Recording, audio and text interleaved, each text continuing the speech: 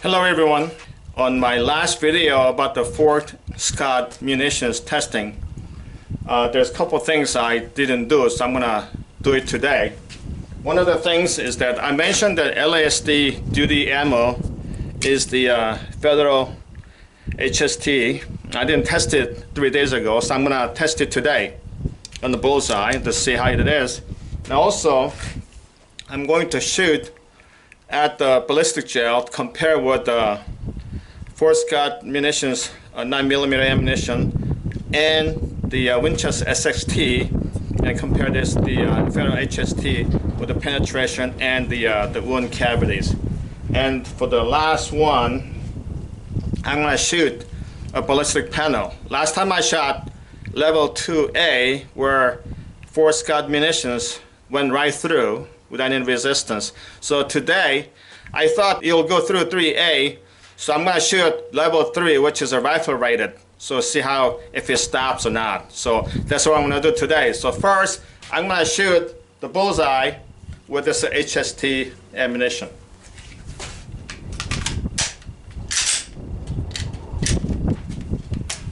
Right about the same distance as last time.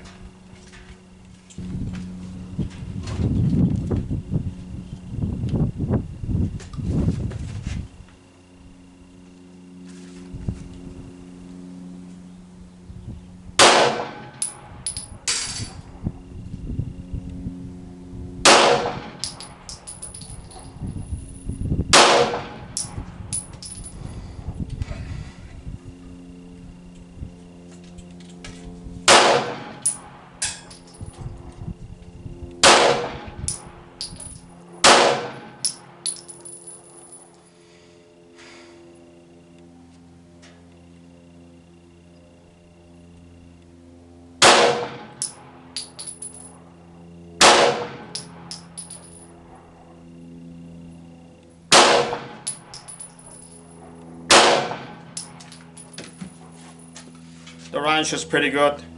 The group size, the HST is a little bit smaller, but they're all pretty much accurate rounds. So next, I'm gonna shoot at the ballistic gel to see, go through how far it goes through. On this ballistic gel, with the federal HST, I'm gonna shoot to see how it penetrates.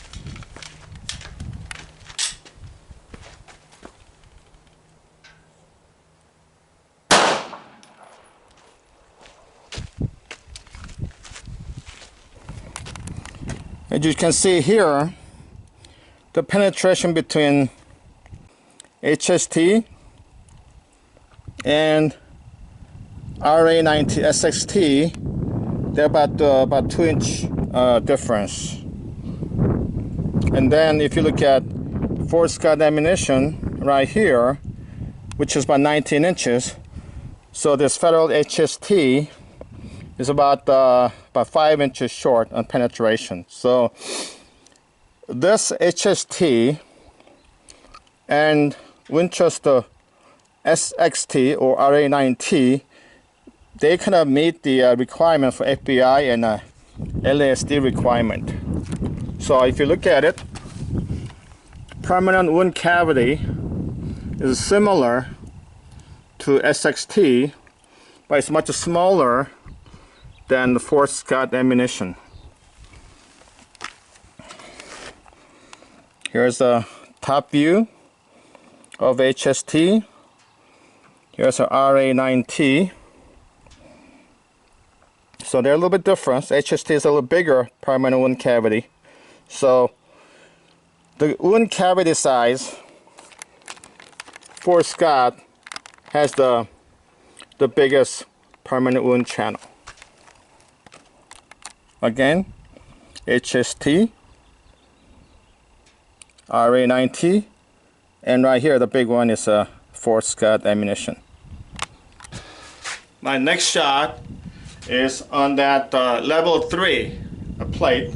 I've shot it before, but there's a place that's pretty clean that I can shoot to see if it penetrates or not. The vest is kind of deformed a little bit because it was shot before, but at least the area I'm going to shoot is pretty intact, so I'm going to shoot that to see if this Fort Scott munition goes through that the body.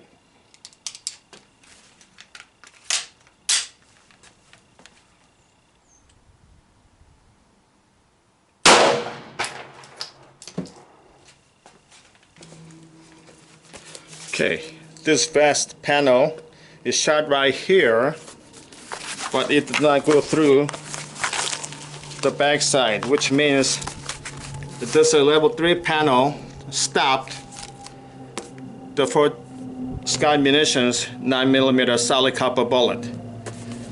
So, from my experiment, that round from handgun, the solid copper bullet, will go through the soft body armor, like the level 2A, 2 or 3A possibly. But I didn't test the 3A, so I don't know for sure if it can go through level 3A or not.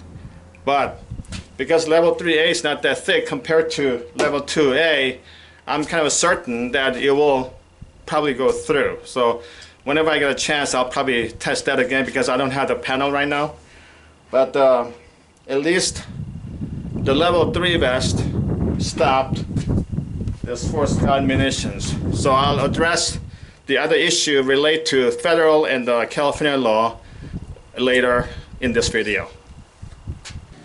After 2 sessions of ammunition testing for this Fort Scott ammunition, I have conclusions.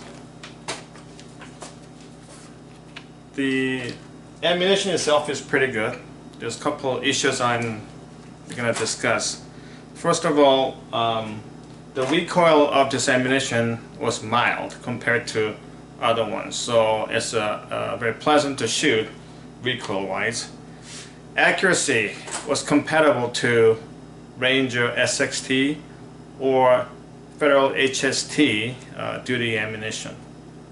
Fort Scott Munitions 9mm 115 grain bullet, perforated, level 2A body armor. It went through just like it's going through the paper target, so we'll have to discuss that a little later. And when I shot it at level 3 body armor, it didn't go through. Number 4, it penetrated 19 inches in 10% ballistic gel. Like I said earlier, the LASD and FBI requires 15 to 16 inches of penetration, which Federal HST and Winchester SXT met the requirement. However, if someone want to use this for self-defense cases, I don't see any problems with that. And if the bad guy wears a soft body armor, this will go through the body armor to incapacitate the bad guys. So that is not a big problem here, in my opinion. The permanent wound cavity of this Fort Scott ammunition was much bigger than Winchester Ranger or Federal HST ammunition. So I did not have capabilities of have a slow video to see what the temporary cavity was. You know, hollow point bullets can create a big temporary wound cavity, but at end result of permanent wound cavity, the Fort Scott ammunition was much bigger than the other 2 brands I used, and those are main law enforcement duty ammunition. I'm more of a rifle shooter, so in the future I would like to test the Fort Scott munitions 223 bullets and 308 bullets in my sniper rifles to see what kind of accuracy it provides. So if I get a chance to test it, I'll put it out as another video. One of the issues that I have with this Fort Scott munitions is that it's body armor penetrating capabilities. It's a solid copper bullet, so it will go through soft body armor. The problem with that is in the California Penal Code, section 30315 California Penal Code says makes it a crime for a person or company to possess armor-piercing bullets and ammunition. A violation is a felony, punishable by up to 3 years in county jail. So the actual section of 30515 California Penal Code says that any person, firm, or corporation who within the state knowingly possesses any handgun ammunition designed primarily to penetrate metal or armor is guilty of a public offense.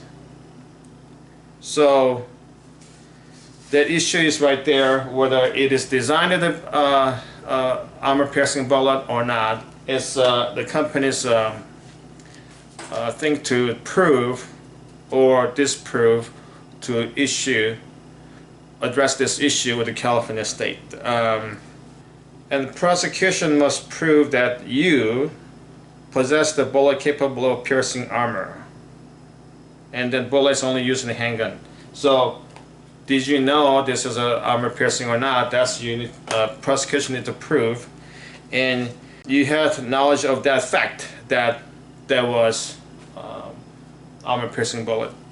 Old KTW bullets were banned, which it looks like this. A solid brass or bronze bullet with a Teflon coating on it. Actually, the Teflon coating itself is not a big issue because they say it gives a more penetrating power, but it's not. It's just a gimmick, I believe. There's also the federal regulations about armor piercing bullets is Title 18 of U.S. Code, Chapter 44, Section 921, and subsection 17B.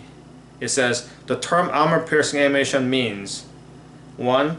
A projectile or projectile core which may be used in a handgun and which is constructed entirely from one or a combination of tungsten alloys, steel, iron, brass, bronze, beryllium, copper, or depleted uranium.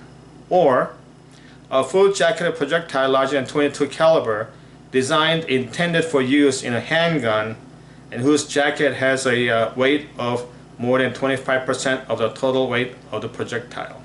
So this bullet falls under Title 18 of U.S. Code, Chapter 44, Section 921, and subsection 17B1.